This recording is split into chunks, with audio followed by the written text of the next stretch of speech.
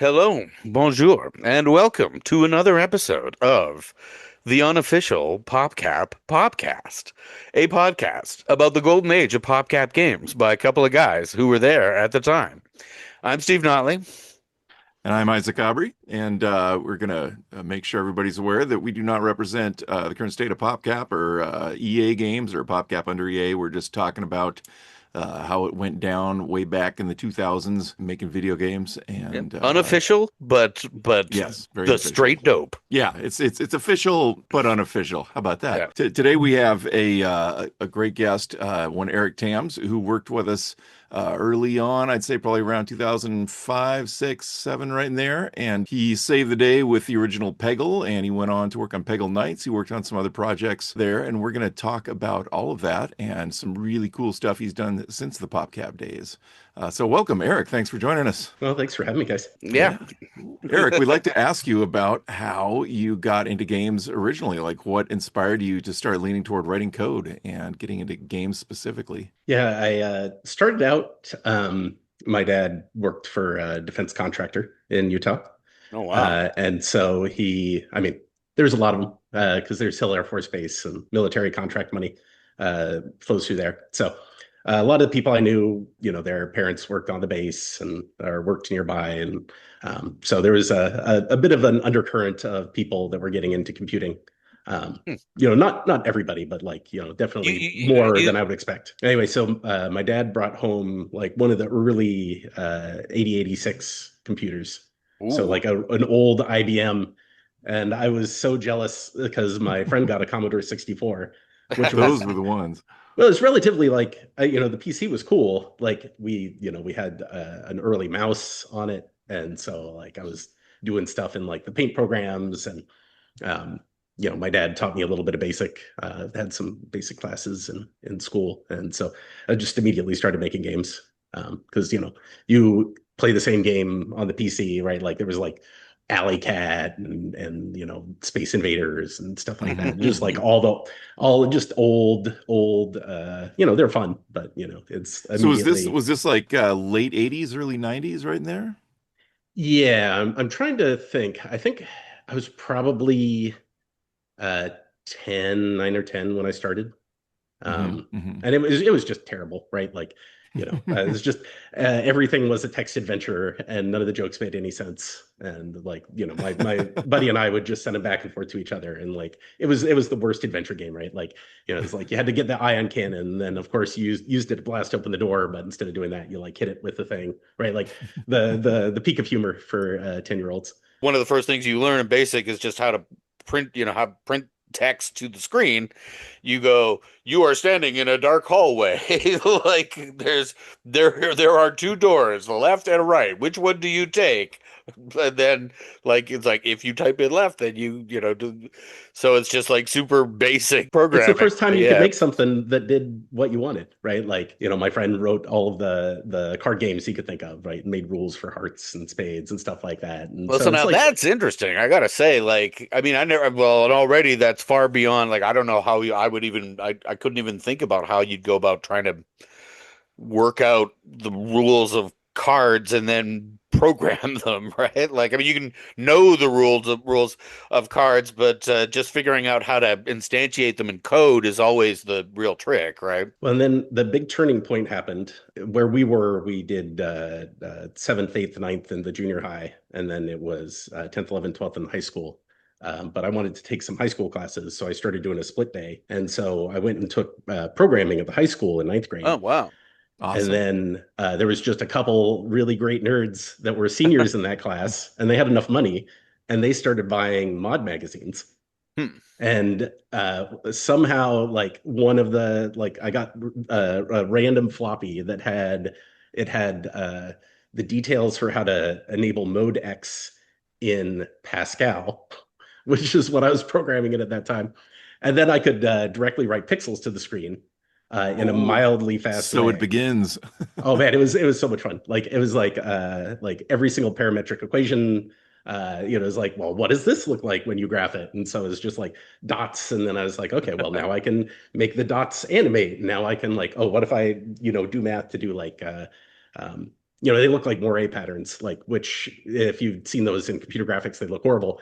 But to me, as like whatever that is, 14, 15 year old at that time, it was magic, right? Like you were like, I just put in Totally. a mathematical formula, and I would like put the pixels would be like it's x times y mod 256, and that maps to the palette, and then you get like all these repeating patterns, and it was just so much fun, and that's kind of what catapulted me into like making.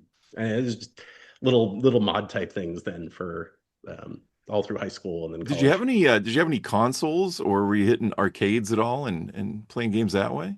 A little bit. We had a Nintendo, which was fun, and then the Super Nintendo came out, and I was just all in on PC at that point, right? Like, Yeah, yeah, PC games were kind of next level for sure.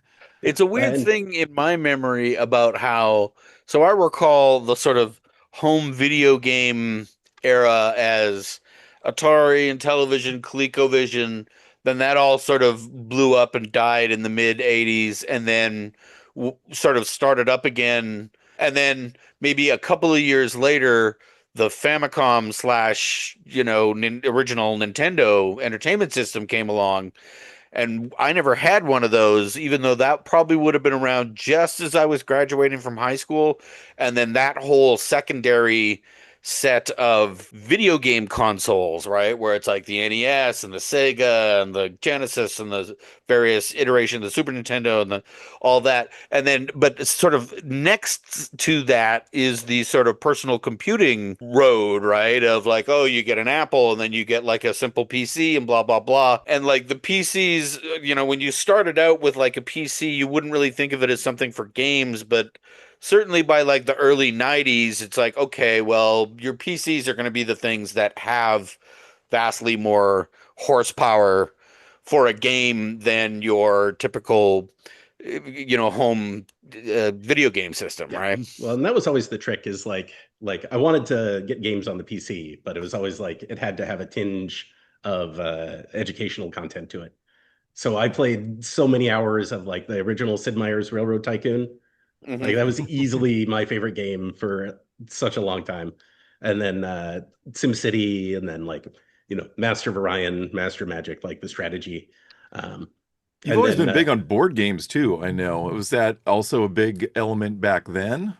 Not really, actually. It wasn't until I got to Seattle and hooked up with some of the people here. I met one of my good friends, Brian. You'll probably hear about him in a minute. He came from MIT, so they just had big board game culture. Wow. And so, like, as soon as I met him, we were like instantly doing board game groups all the time. Awesome, awesome. Okay, interesting. So is it so so early 90s, mid 90s, you were kind of working on home PC stuff. Was it always kind of were you always kind of aiming at maybe getting a job doing that, or did you take any like side roads and work at a McDonald's or anything like that, or did you just go straight for it? Definitely, like I think all of us. But I was reading the stats on this recently. It's like the everybody used to have a teenage job back in the day. I It's was a like, well, character building. It's beautiful. yeah. I was like, I want to go to college, so it's like I need to save money. So that's how I became a vegetarian. Is I Mhm. worked at Burger King, Oh, and wow. That'll do it. I couldn't stand. Some of the people I worked with were less tidy. I was like, okay, this should actually be clean because people are going to eat off of it.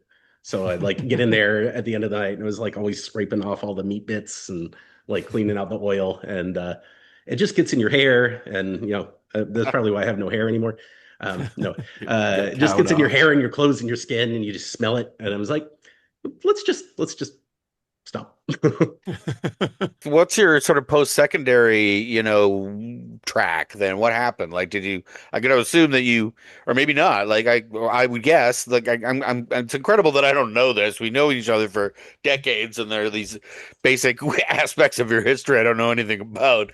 I have to get you to come out to a podcast to find out about it. But it's like, so, well, then did you go and get like a computer science degree or what, or what happened? Like, Yeah, so I definitely wanted to get into computer science. That was like my main goal, and like the school I was at, they had there was my first class was basically the AP programming class. Well, I guess I had two. I had one in ninth grade and one in 10th grade, and then there was nothing else. So I was like, well, what should we do? And then I think my mom was like, well, you could just go to college. And so I just went to college, and that was part of the deal is I had to live with my grandfather, and so I was commuting for like half an hour in the frozen weather, commuting from Paradise, Utah to Logan, Utah, Oh, to go to wow. Utah State. I was like 35 minutes in like just horrible Honda or Chevy Citation, and the heating didn't work at all. So like I get Oh out no. there, and It it's gets like cold in Utah oh in the man, winter. and it was the coldest winter that I'd ever experienced. It was like I'd get to the school and then I knew what temperature it was because they had the outdoor thermometer. It was always like -11 Fahrenheit, -12 Fahrenheit when I'd like get there.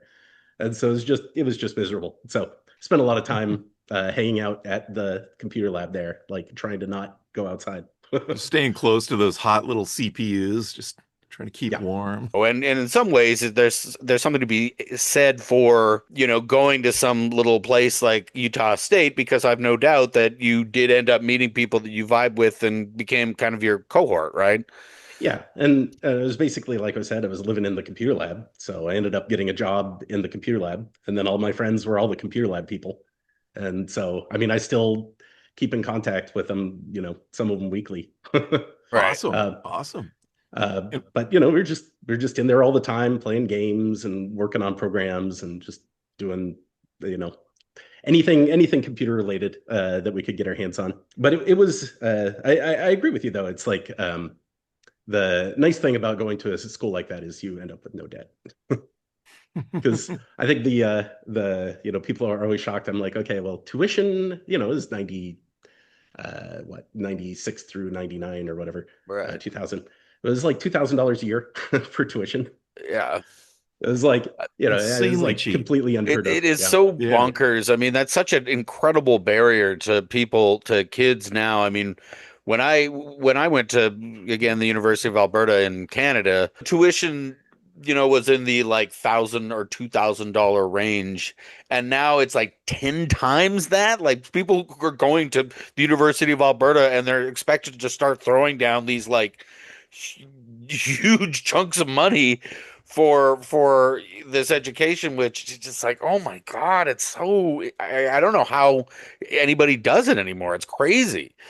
Yeah. Like so many of those lines just started to kind of go exponential on the generation that came after us. I have terrible sympathy for them because it's like nothing is affordable.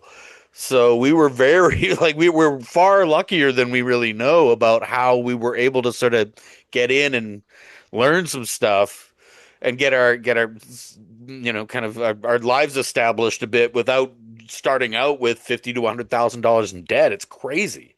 Well, I mean, just Uh, like working in tech in general too. Like when I first got to Seattle, everybody I knew was getting a job in tech, independent of what their degree was in. Right? Like it's like, oh, I got a degree in English, and we're like, all right, you're gonna start coding. It's like, oh, I got a physical education major. It's like, well, yeah, get ready to do some HTML. Right? Like, there's just so many jobs out here. So, what was the path forward from there then? You were working in the lab with all these new friends, and did that generate your first job in tech? Well, my sister moved up to Seattle, Mhm. and she ended up getting a job at Sierra. Okay, okay, at Sierra, nice. Sierra, okay. At Sierra, yeah. Well, she put her PhD, and because she's like, "Oh, this is terrible. You can't make any money off physics," and just got a job doing some coding. And so as soon as I found that out, I got on a plane and Let me immediately came in. out here. And so it's funny. I was actually out. I can't remember what year it was, but you might, Isaac. I was testing on the Jane Jensen Gabriel Knight 3, I think. Oh, that must Um, have been. I was there in 2002 and three, so that was a okay, little it would have before been a my little time, bit I before think. that, yeah. Yeah. But I got a full circle moment because I was like stuck on this puzzle, and it's the one where you have to like get the cat hair and make a fake mustache, and then put a fake mustache on the character. And then Wolpaw, went on to lampoon it on Old Man Murray as like the death of adventure games. And I was like, I'm sure insufferable back then. I was like, this puzzle's too hard. I can't figure it out. And then there's like this part where you can't get the bray, and then you have to get the bray later. And like, why would you put a mustache on a thing that doesn't have a mustache? And like, yeah, everybody's like, yeah, whatever, little brother, you can go home now. You're like, this is high priority. Once I knew that there was actual jobs that were in games instead of like working for a military contractor, which was what all of everybody I knew that was coming to school, like, Oh, wow. yeah, I mean, not everybody, but like the jobs that paid well. We're all getting like, there's the SDL is like a military research group that's paired with universities. So a lot of people get funneled into there. Right. But yeah, as Wow, soon as I figured out that is a crazy path, I gotta say. I mean, like a good on you on not going into the job of facilitating the killing people. So I want to kind of get you in the door at PopCap, but before we do, I just want to ask. So, like, Isaac, you look like you got something you want to say. Well, I because before PopCap there was Oberon, right? Yeah, Oh, I had a okay. So couple. Yeah, I know that much. And then was there a game company? I mean, you worked at Sierra for a little bit. Did you go from Sierra to Oberon? I didn't actually work at Sierra. I just came up and like forced myself into the, like I did testing for a They week. just did some child labor shit on you, and Yeah, that's exactly. yeah. No, I came up here and then just started applying at places, and then one of the places that I applied at, my sister's boyfriend was working at, so he got me the interview, Gotten in, and then nice. yep, and then is just doing grunt work at the bottom floor at Gas Powered Games. Oh, gas Uh, powered. That's right. Okay, yeah, okay. out in Kirkland. Um, so just anything that was like hooking up stuff, like I just anything that between the level designers and then the engine programmers. So I worked on all of the little AI scripts and the spells and the particle effects. And so like whatever the people that were the level designers would plug into, like I'd make that work, and then that would go out Well, to the engine. so gas Cool, powered cool. games, that's like a group, or is that a game, or what's gas powered games? Dungeon Siege was the main one that they did. Oh, okay. Yeah. So gas powered games made Dungeon Siege is Yeah. what you're saying. And Mhm. so Dungeon Siege is the kind of is like one of the games you worked on. Got it. Yeah, Okay. it's kind of like a Diablo type game. Right. I Okay, remember it. cool. Yeah, that's awesome. So all of the overdone particles, those were all that was all my fault. Awesome. Yeah, it's like Yeah, I come on. I There's had no no such thing restraint. as too many particles. Exactly. You're talking a couple like Peggle players here. Like It's just You like should there's go no back over the and you should top. look at some screenshots. come on, yeah, it's like the it's July glowing 4th, ball. like the July 4th fireworks they just had, where they shot off the fireworks and after like 2 minutes there was so much smoke that you couldn't see the rest of the fireworks for 40 minutes. But damn it, particles, we love them. There's no such thing as too many. Fill the screen with particles. So it's gas powered, and you did end up at Oberon, am I right? Yes, Yeah. yeah. Yeah. So we were doing the idea with the company was to do like white label game store solutions. Mhm. So like Real Networks basically didn't make games, they sold games. Big Fish Games made a couple games, but they just sold games. So it'd be like you have the ladies book club in Ottawa, and you put a game store on your webpage. And it sounds ridiculous, but like that Yeah. was one of ours was like a book club from some random place, and they had enough traffic that apparently they could like generate game sales. Sell games through it. Huh? Sure. And then we ended up getting a deal with Microsoft, and we're running the MSN Gaming Zone, and Hmm. that turned into a deal to help get the Xbox Live Arcade started. Huh. There you go. Um, Yeah. And then we did the inbox games for Windows Vista.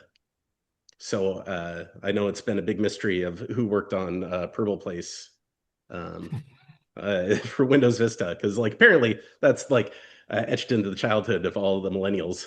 But I won't tell who actually did it. But Don't want to get anybody in trouble here. Poor old Vista is not a particularly well loved iteration of Windows, but yeah, and I was impressed with what we were able to do, because like not to speak poorly of Microsoft, but they'd been like, oh, we're going to do this refresh. So they'd been working on it for 3 years, and they're like, here's our card game engine you could use, and it was like just a blank screen, and they had like one card you could drag around. I'm like, okay, we've got it from here. So it's fun though. I learned how to play chess and programmed the chess game for Vista, which is why it's not very good. Oh, come on Um, now.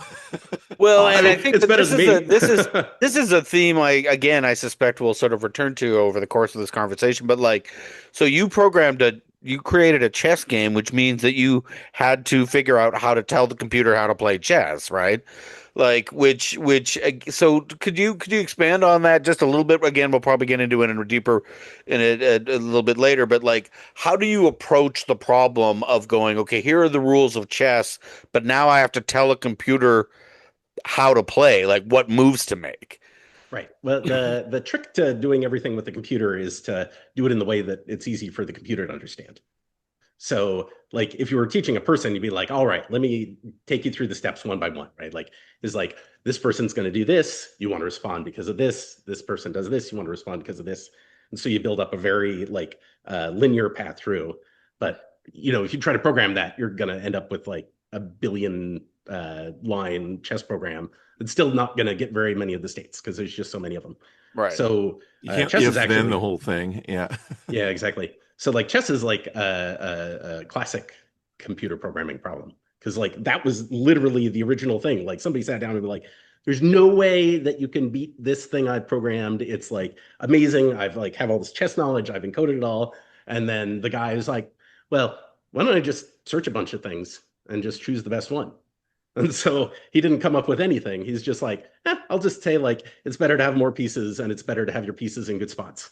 And then he just ran a really fast search thing. So instead of like piecing through all of this logic, he just like ran it through a million But even positions. even that would seem to Wow. imply that you need to be able to kind of abstract out some of these qualities of chess, Right. right? I mean, if I'm explaining to someone like a kid, okay, here's what the board is and here are how the pieces move. Uh, that's how I was taught chess, but I was never taught anything like, okay, well, it's like, well, you want to make sure that your pieces aren't taken. So if a piece is in jeopardy of being taken, you probably want to avoid that, all things being equal. But I wasn't ever taught anything like, well, generally speaking, you want to control the center of the board, like these more abstract qualities of like even so a sort of identifying those abstract aspects of the game of chess and then b figuring out ways to express them in a way that a computer can understand is still sort of mysterious to me, but Yeah, I it's clearly it's something that you had a facility for. and then there's a lot of literature even at the time. Like I guess, yeah. and I got a chess book from a local guy. I think what's his name? Yasser Sirwan. He wrote a little book and I went down to Barnes and Noble and picked it up and started reading it. And um, but it was fun actually. Microsoft had a bunch of chess grandmasters or What international masters. Did you get to talk to these guys or consult with them at all? Yeah, I brought in what I've been working on, and we all sat around in a room, and one of them played, and all of them they were just like, "This move here is not very good." I was like writing in my notebook. And tried to make changes based on it. I mean, like the goal of it was not necessarily to have the best chess thing out there, right? I mean, Like, I guess the goal is just to have something that can play a game of chess, right? Like, right. And I was uh, like, oh, it'd be nice if it can just read, in some the ways, chess it'd probably be notation, more right? popular. Sorry, I was just going to say it'd probably be more popular if it's like not actually especially good at chess, so that the Right. human player could win. I put an undo, so if you don't like what Right. happens, you can undo. So I want to see now, like, how did that path lead you to PopCap? Yeah, I definitely I don't know. I am an early jumper off the ship sometimes. So I was not super excited with how gas powered was going. So I went to Oberon, and then I was not really excited about where how Oberon was going. Mainly, I just wanted to. That one was primarily I wanted to do more game design. Um, Right. because it's I was like, why am I working in this industry and not doing the thing I'm passionate about? Um, There so were some other people who ended up at PopCap as well who came from Oberon, right? Like Jeremy, yeah, was Jeremy yeah. there? And Dave Quinn, is that right? Or maybe Uh, not Dave. well, so they hired a lot of people after I left. Hmm. And so I know that there was a lot more. Um, um, It seemed I like mean, there was a little pipeline between Oberon and PopCap for a little bit there. yeah, and they like I think that they like had the one of those things. So it's like when PopCap was growing, Oberon was shrinking. So it was Right. like Well, a and nice We'll a take nice them. funnel. I mean, when we talked to Ed Allard a couple of weeks ago, we sort of observed how PopCap had this kind of pulsing quality, like it would sort of grow and then it would shrink and then it would grow and then it would, so it got bigger over time, but there would be kind of like harsh times where they're like, actually we're firing a bunch of people and going back down to the bone, and then it would get bigger again, and that happened repeatedly over the time I was there. Well, I remember old PopCap. It's usually very selective. It wasn't like we're going to lay off a bunch of folks. It was like these couple folks aren't working out, and then it was mostly just growing. But I do know, yeah, I imagine after EA picked up, then you start getting the waves of firings. Okay, so paint us a picture of you arriving at PopCap. When was it? What year was this? Yeah, so I've been doing my board game group, Right. and one of the days Scott Lance showed up. Oh, awesome! Yeah. And we were just playing, and he's like, "Oh, you work in games? Cool. I guess some of my friends work in games, and I'm working on this game." And he had made like a really cute little Advance Wars style game, but like competitive. And That's right. That's right. Got it kind was of like a popular full for a while. game, and he had like some cute little art in it, and just like I was really impressed that you know at that time, right? Like that's a lot of work to do as a solo dev Mhm. without like a good framework to do it in. And so we were just hanging out playing board games, and then he mentioned that yeah he knew some people at PopCap, and it's like oh that's cool. And then he's like yeah my friend Ben is having a party, and we're gonna play test my game. Do you want to come over? I was like this sounds great. So I went over to Ben Lyon's house, and we just had a big like actual LAN party playing this game. And Scott had not realized the overwhelming power of haste in a game. So I, I was like, oh man, these units look great. He's like, oh, that's the terrible unit. You want to get the big ones? I was like, it's okay, we can handle it. So I just like got all the crummy little priest units out, and then like zerged through everybody, and like just destroyed all my games in the Classic. and I don't I just had so much fun. Like, Ben is like I don't know what it is about him. Like Ben is like if I was to just point at somebody who's like the coolest person, I just had so much fun hanging out and playing. It's like, okay, it's like, hey, can I interview do you guys are you guys hiring? And he's like, oh yeah.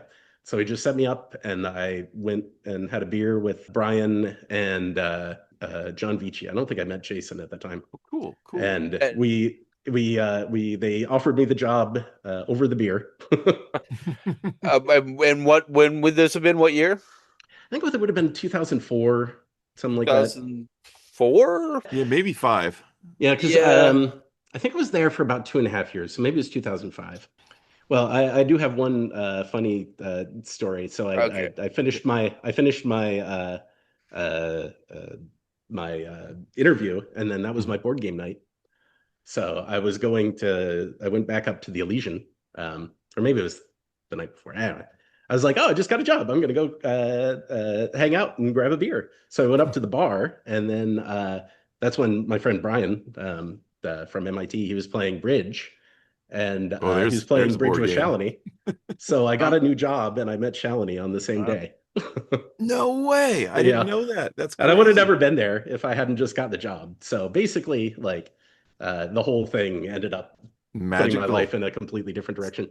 But yeah, so I started at PopCap, and I love strategy games, I love all sorts of stuff like that. And so Brian had been working on a game called PopWar, Pop War. Right, right, Yeah. yep. and PopWar was originally it was like inspired by the big battles in Dominions, Hmm. which was a crunchy turn-based play-by-email game. And it just had a million different races and a million different units, and it was all about like this meticulous planning and strategy and like really nerding out over the numbers. Like, Intensely, yeah. And yeah, and you can't just look at the numbers because the numbers do a lot of weird things. So this like got exploding dice and it's got like hidden fatigue mechanics and like even like I read through the whole manual multiple times. Um, and you still have stuff that people have to experiment to do. So it's like it's just like an incredibly complex strategy game. And people will play that, that there's games that'll last for like months or a year of them just going back and forth, like a turn every day. And these turns are like huge amounts of planning. Like you could spend 2 hours planning a turn. You might appreciate this. When I worked for Blue Wizard, which is also run by Jason Kapalka, who ran PopCap, I went to work in their Comox studio for a while, and we are doing some stuff for a couple games there. And I could see Jason's monitor off in the distance, and most of the time I was there, he was playing Dominions 3, Well, I just seem to recall, yeah, Jason would plotting, talk planning. like the name sounds very familiar to me. Like I never played it, but We did it a doesn't. tournament at the office actually. Like we had a whole week, I think, where we like would play for every morning for Well, multiple it turns. interests me because there was an era where we'd kind of would do like a PopCap version of some game, right? Like PopQuest, which I guess was a little bit pre your time and it never came out. We've sort of mentioned it in the past, but like PopQuest was this kind of like super boiled down version of something like Baldur's Gate or Diablo, where you just do like a PopCap version, like a super fun, quick, snappy, casual version of this that your grandma can play. And if you could sort of solve that problem of taking this enormous gameplay style and kind of boiling it down to its essentials, you can get something really special. Like Plants vs. Zombies, in a way, is kind of like, oh, classic tower defense, but your typical tower defense is like a windy road and you're kind of placing all the things. And you go like, well, what if you actually unwound the road and just made them just straight tracks, and then you just said like, okay, there's like 6 tracks. So you just super simplify the tower defense genre down into something that can be understood sort of intuitively. And that's my understanding of PopWar, because I remember when Brian sort of dropped it on everybody, and it was very primitive looking, right? I mean, I think he just I don't know where he got the original graphics, but it was like little guys on storks or little guys on ostriches. So it was like three. It had a like a rock paper scissors sort of mechanic. Guys on ostriches, little archers, and little sort of infantry types. Yeah, yeah. Exactly. And you would have like sort of a risk style over map where you could kind of move your guys around and then click turn, and then you would sort of watch the battles play out. And if you had like, oh, okay, like I know that my 2 infantry can take out like 4 of the riders, but I know that 1 rider can take out 3 archers, and like 1 archer can take out like 2, blah, blah, blah, all that sort of stuff, right? And it was remarkably, as you say, it was remarkably subtle, right? Like Right. for a game that seemed so super simple and boiled down, and again, I never played Dominion, but it really took over. Like the whole office was playing it, right? It was a huge amount of fun. I Well, love Pop and War. it had a couple interesting features to it. Like it's one of those games that's perfect information, kind of like chess. So you actually know like how much energy everybody has, what their Right. troops are. Mhm. I think, yeah, we Yeah, kept there's that like for, no I can't remember. randomness, there's no Right. hidden information. Yeah. So yeah, okay.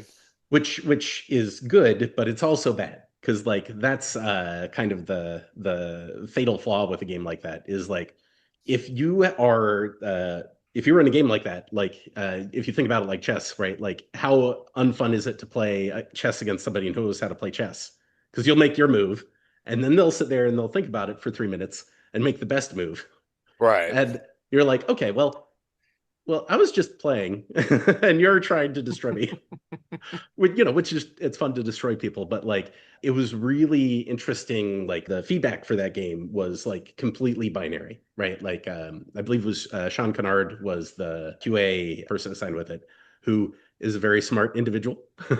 And it's like he would give very nice bugs of like, oh, this is a terrible move right here. This is like should have done this. Like, this level's too easy. Like all you can just like, choose like this great unit composition and then waltz right through it.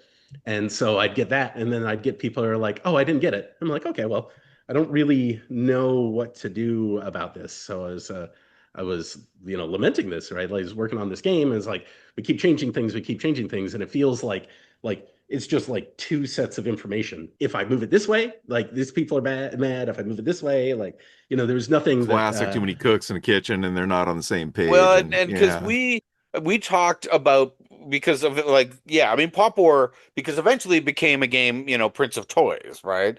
And so we talked when we had Rich and Matt on, we've had them on a couple of previous episodes, and so we've mentioned that. So like Prince of Toys slash Pop War, I think a bunch of interesting things are going on with that game in terms of like unfortunately like sort of how a game kind of goes off the path basically like something right. that started out super exciting, everyone's very into it, and then each little correction you make seem you could justify it because I remember there were a bunch of people saying, well, we need to sort of super handhold every aspect of this. If this is your grandma, she doesn't understand the idea of a turn-based game. So we have to like have tooltips and blah blah blah and tutorial. Well, and also there was just the whole like, oh well, it can't be Pop War, right? It has to be softer and cuter and nicer. So already it was like, so first we had to do this huge theme change, right? Where it's like, okay, it can't be Pop War, it has to be Prince of Toys. But already, and it's like, okay, we know that there's a rock paper scissors dynamic here. In a way, we probably should have called it rock paper scissors war or something. That would have been, but That was like, John's idea. He's well, like, yeah, why aren't they because just scissors walking down? I mean, because like, admittedly, infantry, cavalry, archer isn't necessarily intuitive. I mean, neither is rock paper scissors for that matter. But at least people know Yeah, like the trilogy. But then like when we said, okay, we're just gonna reskin everything to make it cuter and more appealing, that's all great. But then already we were going down this path of like, so now it's like little toy robots and little wooden dinosaurs, and I can't remember what the third yeah, one teddy was, bears. teddy bears. And so all of a sudden it's like, okay, well, there's nothing intuitive about those three unit types. Yeah, That's like, oh, well, obviously a robot can defeat a wooden dinosaur, and obviously a wooden dinosaur can take out a teddy bear. So already that huge decision of like, well, let's soften up the theme and make it more sort of candy-like and family-friendly already leads to a bunch of consequences. Even though, like, you can go, yes, this is a good idea. We should do it. This is a lot of opportunity. Prince of Toys, and it's that, of course, that's, that was where I came in. I was like, I'm super happy to jump in and start creating a narrative for this, right? And a whole story about all the different toys and blah, blah, blah. One of the things that we started to see then as the game started to iterate is there just kept that hand holding quality just kept people just kept sort of pushing it further, like more until eventually the game was sort of playing itself. yeah, And you just kind of go like, we've every step made sense, and yet you would turn around and go like, this was super fun and everyone liked it like 10 months ago, and now it feels like it's kind of hit the ditch. yeah. And I was definitely feeling like just like completely miserable working on it because it's like, it's doesn't matter whose version you go with, you're going the wrong way. And so I was complaining to my friend Brian, who I mentioned before, and he's like, "Well, how are you testing it?" And it's like, "Well, mostly we just have people play and then give their feedback, and then sometimes like." Somebody will play at my desk or something. He's like, well, you should do the Valve approach because he's working at Valve at the time, still is. And he's like, you should just put them down and then shut up and then watch exactly what they do. And I was like, okay, well, I'm gonna start doing it. So I started doing that all the time for Prince of Toys, and it started to get to the point where it's like, like I said, it was like you quickly get into those two camps, right? It was like you get somebody like Sean, he's gonna like look at everything that's going, he's going to make decisions, he's going to play it that way. You look at somebody that's not used to doing that, they're going to not even know that they should be doing Right. that. And like that's when I started to realize is like, oh no, we're making a game that wants you to make those decisions for a group that doesn't want to sit there for a few minutes and make those decisions. And then it became really easy. I'm like, oh man, we're making the wrong game. The hand holding, like we want to simplify this down to the point where the casual gamer can play it, but it's like at its core, this is not a casual game, right? I would Like, almost argue though, when the very first version of Pop War that ever got sat in front of me, it was pretty casual. Like I understood that really fast. There was three different unit types, and they interacted in a very like obvious way. So Like, yeah, there were some decisions that were made as yeah, I think even before it got to Prince of Toys, or maybe right when those characters are introduced, or I don't know that yeah, just muddy the waters, just convoluted it well, to a degree that it was no longer casual or not casual in the way that PopCap liked it, you know. right. And I think that there wasn't a way to keep it like you either give up on the idea of planning your turns or not. Hmm. And like that was the thing, like it was fun to plan your turns and beat the computer if you were comfortable doing that. But like I it would have done fine, right? Like if we would have released it on Steam, like 2014 or whatever, right? Because like there's a million little strategy games right. everybody loves, right? Like we were playing Dream Quest at the time, the thing that inspired Slay the Spire, right? Like you had to plan out everything, like you had to plan out your whole turn, and like that would have done terrible as a PopCap game because right, like you Yeah, have to yeah. read all the cards and you have to plan and you have to do them in the exact right order, and like that's super fun. Like it's like a huge. It just wasn't the audience that are going for it. So So I wanted to ask because like we were talking about this before, like Isaac and I were, but like it was Brian's idea. He originally coded the prototype, and then you kind of took it over essentially on the code side of it. But now, and I remember working on it, working on the constructing the narrative and all this kind of stuff, and helping to design some of the earlier levels. But like thinking back, I'm like, well, so now were you, Eric, not only the coding lead but also the design lead? Did it have a lead designer, that game? no, Like, because I think Brian had started. He was on vacation for a lot of that. Like that was one of his periods of He went on a a sabbatical. sabbatical. Yeah. Yeah, So yeah. basically, like, I'd talked to Jason. Jason didn't know what to do with it. And John's, feedback was mainly about like, he was the one that was big about trying to soften the image. So, like, and then Super was working on other stuff. So it was like, I was kind of like a little bit left adrift. But I still think that, I don't know, I still fundamentally think that, like, if we wanted it to be casual, we should have, like, chosen a different, it's like your example about like unrolling the tower defense is a good one, right? Like you say like, how am I going to twist it on its head, right? Like I'm going to twist it on its head by simplifying it this way. And like with Pop War, it's like, okay, well, it's still going to be rock, paper, scissors. You're still going to plan your turns. It's just going to be really simple, right? Like the planning the turns, I think was the There thing you that it's go. like Yeah. the perfect information in planning your turns. Like you can just get so deep on it, right? Like you could look ahead 5 turns and like the search tree is, millions of potential things that you're searching through. but I was playing. I was like, oh my God, I've got like a copy of Prince of Toys that I can play, and walking through it and just going like, oh man, this tutorial is so oppressive. I certainly played my part in contributing to that by having these super like ridiculously oversimplified early levels. But even in that first little bit, it's just like, oh my God, I've got to like move all the little things and then move the flags around, and then like, and then after it's like, oh, you've got like X number of like move points and blah blah blah, and you're gonna do this, and then you do all that, and then you hit click, and so like very quickly it does it. There's a lot of overload in your headspace in a way that doesn't happen in a game like PVZ for some reason.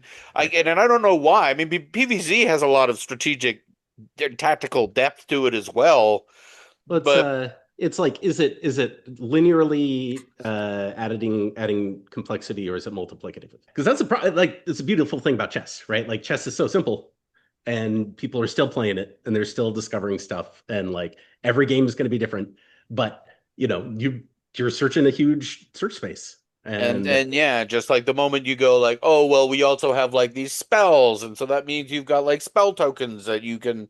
Do you want to use a spell? And that's another consideration before you hit go on your turn, and uh and it's like, oh, you're gonna move like, are you gonna move one of your units? You're gonna use all of the. If you want to move all of the units, then you click the flag and do that. And so yeah, there was. I mean, but I just want to bounce back to what you were saying earlier. So my suspicion was correct then that they did basically like Brian, created it and then said, okay, well, I'll just leave it, somebody else can do it, or and that just sort of fell on your plate, and then we just went for months without a lead designer, or it was just like you were just like, well, you do it all, right? You kind of like do the programming and the design and whatever without those roles being specified. I Yeah. mean, I it should mean, not be any surprise that it didn't succeed, right? It's just too much was being put on you, and not enough support. And again, like as you said earlier, it's like everybody's going like you have these sort of two types of gamers who see this kind of game very differently, and each one wants it to be more like their kind of game, and it's like it can't be both. well, and I think that And was really what it came down to, right? Like pardon? we were blind to the people that were used to planning were blind to that was the reason why people were failing, right? It wasn't until I started sitting down and watching people behind their back. I'm like, oh, you just click on the thing and then like move the guy, right? Like you're not thinking about where it's going to go. You're not thinking. You're like the enemy's right here, and you move your guy right next to it. Then he's just going to kill you, I guess right? yeah, Like because it's like because if you like in PopCap, of course, of the game, the controlling metaphor of a casual game of PopCap would have been Bejeweled, and Bejeweled, it doesn't admit to that kind of strategy. I mean, you basically like, especially if it's Bejeweled Blitz, or it's like if you find a match, you make it. That's it. yep. You're and Bejeweled cannot be metagamed in that sense of like, oh well, I mean, there's a very tiny bit like, okay, if there's a four match, if I can make a power gem, but Bejeweled is not the kind of game where you can really be thinking like three or four or five moves ahead because Right. it's constantly spawning in new stuff. It's all about just find the three gems and make the move, and it's just about that feeling of making the move and going bang. So taking that kind of gameplay and going, oh, well, it's just the fun of moving the little guy into the next province. It's the same sort of thing, but it's like, well, no, the endorphin rush of the game is coming from a very different place than making a match of gems, right? And having it go bing. Yeah. And definitely like, given the same problem now, I'm like, oh, I can think of a million things, right? Like is like maybe your units can be, add a little bit of randomness to it, right? Like like maybe it shouldn't be like it was set up to be this like ultimate rock, paper, scissors, so you wanted to have like symmetric style battles. I'm like, why don't you just have like a big enemy that you kind of chew through and it's like a war of attrition. So you're like making small scale good decisions without seeing the whole map, right? Well, Like, so because yeah, there's so well, many things because that we could have done in retrospect, but we're yeah, sort of like out of the goal of the original game, And which, I wonder if you guys remember this. There's kind of a climate around PopCap at the time of new folks that were coming in, and they were really like they were sat down with whatever games we were working on at the time. They're like, give us feedback on these games, provide feedback. And I think some people are a little bit like deer in headlights with that, but it's their new job and they have to come up with something. And so they're gonna push, all this thought and these ideas into this pool to impress their bosses and impress their new coworkers and let everybody know that they're a worthwhile ad. But in some cases, that feedback is really forced and not necessarily informed by what we had going on at PopCap at the time. I mean, it, And it might not have felt, getting the feedback, usually it felt like very well reasoned. Like mhm. I was usually shocked at like, you put out a build, people play it, you get like a bunch of good comments about things There were about like definitely this. some absolute star players in that gave fantastic feedback on games. I think that's where like the real gems came from. I just remember like a certain just it got a little muddy sometimes with Yeah. there'd be like suddenly there's this new name in burrito and they're like here's all this feedback and it gets everybody's like oh I don't know what to do with this you know. Yeah. And at some point I was like, oh, basically coming to the conclusion, right? It's like, we're making this game, like we should probably be making a different game. And so I went to Sukbir and like I was like, hey, I don't think that, this is the thing that we should be making, or some version of that. And then that was right almost exactly when I was switching, or when Ace left. It was and like right, which within I within which like a week or two. Like I don't even think that I think I'd like played did some feedback for Plants vs Zombies, and then like he's like, oh, just hang out for a minute, and then immediately got moved over. I do want to make that move over to start talking about Peggle, but I just want to sort of make one more comment about Prince of Toys, even though I've made it in a previous podcast, which was that like, and this again was talking with Rich and Matt, where where this whole idea is you're sort of battling from sort of region island to island, and you're kind of getting better units. My toy robots are stronger and my teddy bears are tougher, and this idea, this sort of proto idea of leveling up your units, which is like a very super obvious thing in a war game sort of scenario, except that it's like, well, it's a rock paper scissors game. You can't upgrade a rock so that it beats paper, right? It's a You super can't rock. make like scissors so that that scissors and rock just push or whatever, right? Like you can't break that cycle. So But this whole idea of upgrading your units is meaningless, right?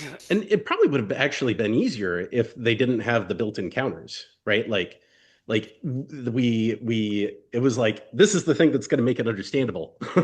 And it's the thing that like locked us into like this because how fun is that in every other game that you played? You're like, oh, now I get the tank. Now I get the tank with two barrels. And like you're just like it's easy to understand linear progression. The bigger thing is better. The newer I thing mean, is and it's always so interesting to just sort of see how, like, the kinds of solutions that one proposes to these things, where it's like, okay, well, we're far enough away from the rock, paper, scissors idea that now this relationship isn't very clear. So now we need to clear some space on the UI in order to have a little diagram that basically shows, like, with like here's your one unit and like an arrow pointing to this way and this way and this way, and it's like, will that do it? Will, like, if you put this diagram on the UI, will that help people intuit the relationship between these units? I have to And admit though, I loved the art that Rich did for that. Like yeah, it I felt like mean, Absolutely. that Yeah. did you guys have the old SimCity game? Like that had like the it looked like an old radio that had like the dials on it and like the disaster buttons, that sort of thing. It had like that perfect like 80s chunky I mean, plasticky toy feel. again, this is like all a ton Totally. of, yeah. I Totally. mean, like Rich made all that. I mean, and I loved all the stuff that I was writing for it, and like the different characters, and Mr. Lord Boxington, and once again, like pulling the old fast one of like, what if your mentor character is actually the real bad guy? That's Switcheroo, right. Yeah, that Scooby was Doo good. Switcheroo, which I'd already done in Bookworm Adventures, but did it again in Prince of Toys. But it was fun to have like Binky, the happy little tutorial guy, turn into this like kind of gross 5 o'clock shadow dude. But yeah, it's like I do want to move on to Peggle, but like I'm glad that we got a real chance to dig in on Prince of Toys, because in some ways it's these failures really that there's as much or more to learn about, like how something that should have worked just somehow didn't, right? Oh, Like I mean, it's the most formative thing for me in my career. oh wow. I mean, well, because like you can't solve some problems by trying to do it the same way you're still doing it, right? Like you have to mix it up and you have to like take the things that are, I mean, it's hard if you don't have the power to change the things that feel like givens, but you have to change some of the givens and like reframe the problem.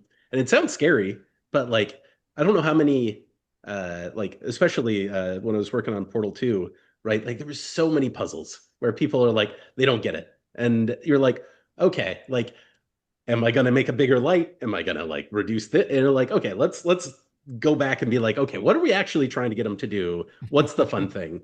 And then, once you start to break it down, it's like, okay, it's like if it was in Prince of Toys, it's like people just like moving their units around and like watching the cool battle, right? Like, you know, if the things that you've chosen don't allow that to happen, like they just got to go. And so we had one level. It's the one where you put through three lasers through one hole, and it was the worst puzzle forever. I was like, no, this is gonna be great. Like as soon as people figure it out, and I just had like this one wall that was like made the whole puzzle kind of make sense. And then people are like, well, this has got to be the solution, even though it was like the main thing to show you that you couldn't do it. I was like, People aren't getting it. It's like, I have this thing right there. It's the most useful thing. It tells you can't do it. And everybody's just trying to, and then like eventually, like after a while, I was like, why did I just get rid of that? And then like I completely changed the orientation of, I can't remember. I think I put it on the floor or something. It was like, you can't do anything but put it on the floor. Now you're gonna have to get it. And then finally, like everybody went from like this is their least favorite puzzle to like their most favorite puzzle. And it'll such that it's like the idea is still good. And on that incredible revelation, we end part 1 of our interview with Eric Tams. Isaac, anything you want to add? There's some really great stuff coming up in the next episode. Eric worked at Valve on some big games that have already been mentioned, but he goes even deeper, and you can want to hear about that, and also some more spicy tidbits from the PopCap days. So tune in next week. All right. And like, subscribe, write a review on podcast, Apple Podcasts, all that stuff. And with that, this has been another episode of the Unofficial PopCap PopCast. PopCap. Yeah. Was that quiet enough? Did Zoom cut it off? Yeah, totally. Also, Right.